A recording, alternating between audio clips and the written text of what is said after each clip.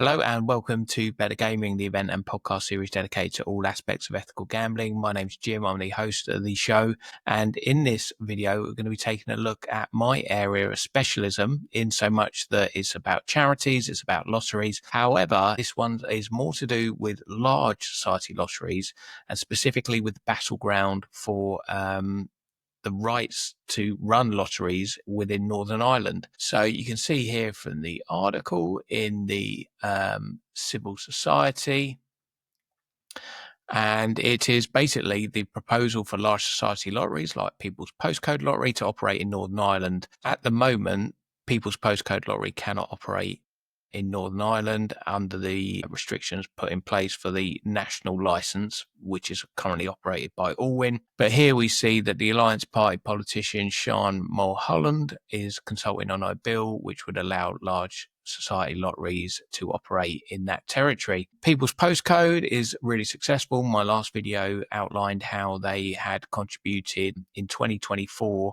to just under £1 billion worth of good causes. That is across 5 territories in the European Union, including the UK. And I think the UK contributed 260 million to charities through its operations. Let's move it into the article here. So the Lotteries Council represents 500 charity lottery operators, has said that larger members have identified significant potential funding benefits for good causes if the bill were to be passed. Naturally, the operator of the National Lottery, which already runs in Northern Ireland, has said proposals would cost millions of pounds to charities it supports. So you've got people on both sides of the argument. One claiming that any decision to let them in would cost money, and the other that it would improve money to charities. So I think this one's to play out for politics and for debate. Obviously here, the Alliance Party politician is clearly in the lobby of the larger society lotteries and is keen for them to come in, and highlights how successful they are in Great Britain and across Europe at raising vital funds through ticket sales. So I think this is pretty much part of the campaign on the politics side, whereby the People's Postcode Lottery are in conversations with people like Wendy Chamberlain regarding Scotland and the UK, and now in this instance the Alliance Party and Sean Mulholland for the Northern Irish Territory. Where do we sit here? Let's dig in further down into the article. Allwyn, which became the national lottery operator last year, warned that changes to current legislation risk long-term stability. These proposals will cost millions of pounds to national lottery-funded charities and retailers. Okay, said Director of Communications Gillian Taylor.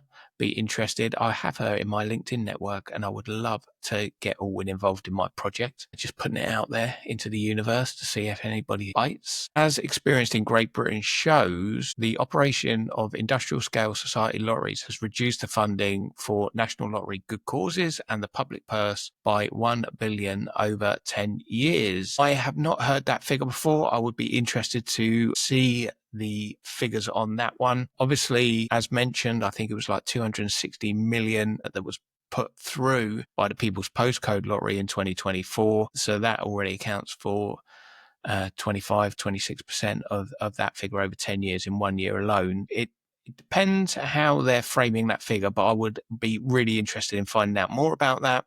Gillian goes on to say that the lottery framework has successfully delivered national lottery funds to places that really need it for 30 years in a sustained and long-term way with local funders. That I do not dispute. And then she goes into it.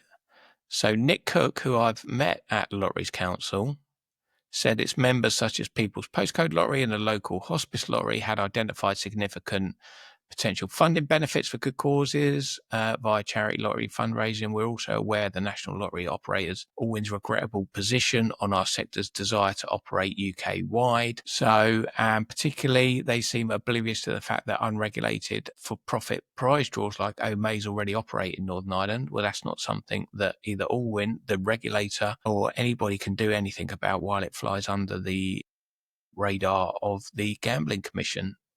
And then Clara Govier, again, somebody who I've been messaging on LinkedIn. There is a great untapped potential for charity lottery fundraising in Northern Ireland. For years, we have been contacted by people wanting to play a lottery and by charities wanting to unlock that funding potential. Okay, well, I think I'll wrap it up there now. I'd be really interested to find out how this develops over the next year or so. I don't think anything major is going to happen in the next 12 months, but I will have an open mind on both the Lotteries Council side / People's Postcode Lottery, as well as Allwyn, in terms of the arguments of the impact that this sort of decision would have on charitable good causes.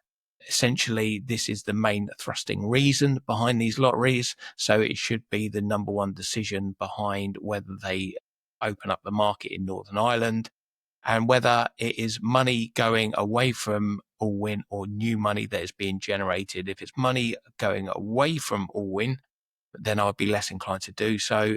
If it's more money being generated, I would side with the Lotteries Council and the People's Postcode. I do think it would be the latter, but let's keep an eye on this one and see who comes out with reports rather than the usual commentary from politicians.